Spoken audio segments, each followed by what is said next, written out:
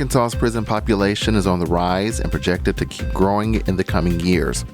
Also, a record surge of families applied for education freedom accounts as the program expands statewide.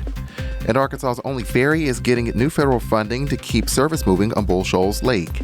Those headlines and more coming up on KASU News for Wednesday, August 20th, 2025. I'm Brandon Tabor. Arkansas's prison population is on an upward trajectory. That's according to a report by analyst Wendy Ware of CGL Companies, a company specializing in planning, designing, and maintaining criminal justice facilities. According to Ware, the inmate population in Arkansas showed an average annual growth of 2.4% between 2010 and 2023. Since the COVID-19 pandemic of 2021, Ware said the population has been growing on average by 5% per year.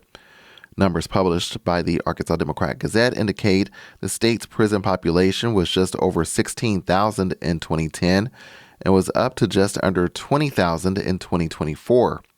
Ware said Arkansas is 17th in prison population growth across the nation. She estimates the state will see a 2% average growth through 2035. This school year, a surge of families applied for Arkansas's education freedom accounts. Member station Little Rock Public Radio's Josie Lenora has more. The EFA program gives families taxpayer-funded dollars to go to a private or religious school or homeschool. The voucher is almost $7,000. It's the bulk and perhaps the most controversial part of Arkansas Learns, a massive education bill championed by Governor Sarah Huckabee Sanders in 2023. This school year is the first where applications were open to everyone in the state. Previous years only gave out money to students who fit certain criteria. The Arkansas Advocate reports a record of more than 50,000 applications, with the deadline being last Friday. More than half the money goes to families whose children are already in a private school. A large number of applications have been approved, over 44,000, though approvals are made on a rolling basis based on criteria like a student's disability. Almost 16,000 EFA vouchers go to homeschool families. The EFA program will cost the state millions. Detractors say it takes money away from public schools and gives it to kids who don't need it. Supporters say the system is more efficient. The money follows the child. In Little Rock, I'm Josie Lenora. A new report finds room for improvement in sex education in Arkansas. The report by Arkansas Advocates for Children and Families found that less than a third of school districts in the state offer at least a moderately comprehensive sex education curriculum. Nicole Carey is the nonprofit's education policy director. She told member station Little Rock Public Radio that certain criteria must be met for sex education to be considered comprehensive. That is medically accurate, age-appropriate information given in a variety of topics that have to do with this overarching umbrella of sex education. So it's healthy relationships, it's the sexual reproduction and development, it's consent, it's abstinence, it's sexual abuse, it's all of these topics together. Arkansas currently does not have a statewide requirement for sex education to be taught in schools.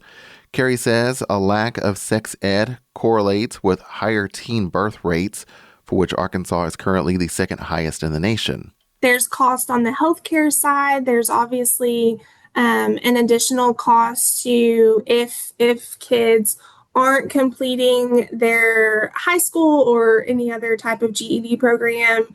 There's a cost to the community in that way of lost wages and that type of thing. And so I think that's definitely a piece of it and a piece of something maybe communities don't realize. Carey says the nonprofit is convening a working group to discuss what policies are needed to bolster sex education across Arkansas. The full report is available online at aradvocates.org. The Arkansas Department of Human Services officially has a new leader. Janet Mann was sworn in as the department's secretary on Monday after being confirmed by the state Senate late last week. Mann succeeds Christy Putnam, who stepped down in July. Mann will also continue to serve as the state's Medicaid director. Next, Missouri names a new attorney general. We'll have more after the break. I'm KASU Station Manager Mark Smith. Like many small rural stations across the country, congressional action to eliminate funding for public media sends KASU and all public radio into an uncharted future. But we remain certain about our mission and our commitment to you and to our community. You can help through contributing at kasu.org/give. As we navigate the path ahead, your continued partnership and financial support is crucial.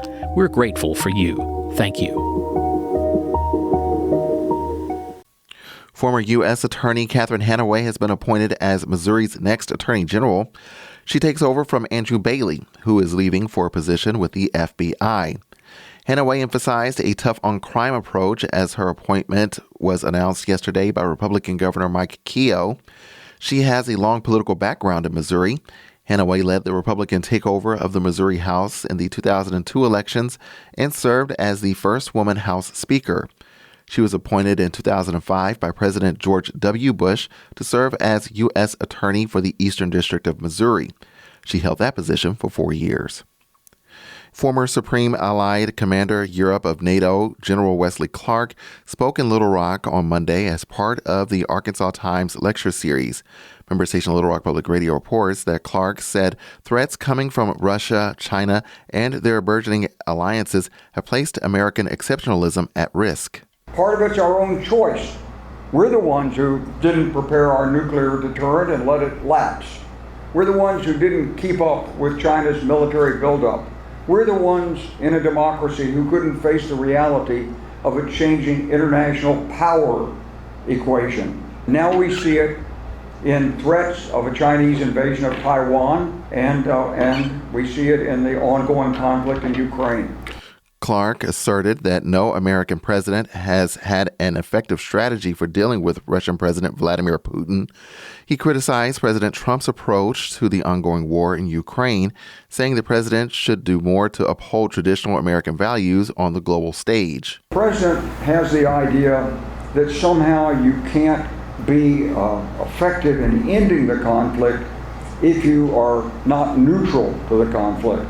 But I think a lot of Americans might be disturbed by the fact that we don't hear more discussion about freedom and democracy when this conflict is talked about. Clark served in the U.S. military between 1966 and 2000 and launched an unsuccessful Democratic presidential bid in 2004. A Republican candidate is seeking to unseat a Central Arkansas state lawmaker. Mark Brannan says he's seeking the Republican nomination to represent District 56 in the Arkansas House of Representatives. Democratic Conway Representative Steve Maggi currently holds the seat. A longtime Central Arkansas lawmaker says she's not running for re-election. Republican State Representative Julie Mayberry says she won't seek another term representing House District 92. Mayberry was first elected to the legislature in 2015. Her district represents East End, Sheridan, and other mainly rural communities directly south of Little Rock. Sheridan firefighter Eric Shepard is running for the Republican nomination for the seat. The city of Memphis plans to finalize its purchase of the Sheridan Hotel next month. The $30 million deal aims to renovate the city's largest hotel, which sits near the Renaissance Convention Center. City officials say the hotel's poor condition has driven conventions away. The city hopes to finalize the purchase by September 15th. The federal government is giving Arkansas an infusion of cash to improve ferry service. Arkansas will receive about $204,000, its share of $175 million in funding nationwide from the U.S. Department of Transportation. Arkansas's only ferry, the Peel Ferry in Peel, Arkansas, carries passengers and vehicles across Bull Shoals Lake near the Missouri border. In Major League Baseball, last night, Tyler Sajaci went 3 for 4 and scored 2 runs. Ivan Herrera had 3 RBIs, and the St. Louis Cardinals beat the Miami Marlins 7-4. That's all for KASU News. Music provided by Tubi Studio. You can find more stories online at kasu.org. Also, be sure to like, subscribe, and turn on notifications for KASU News on YouTube, Apple Podcast, or wherever you get your podcast. In Jonesboro, I'm Brandon Tabor, KASU News.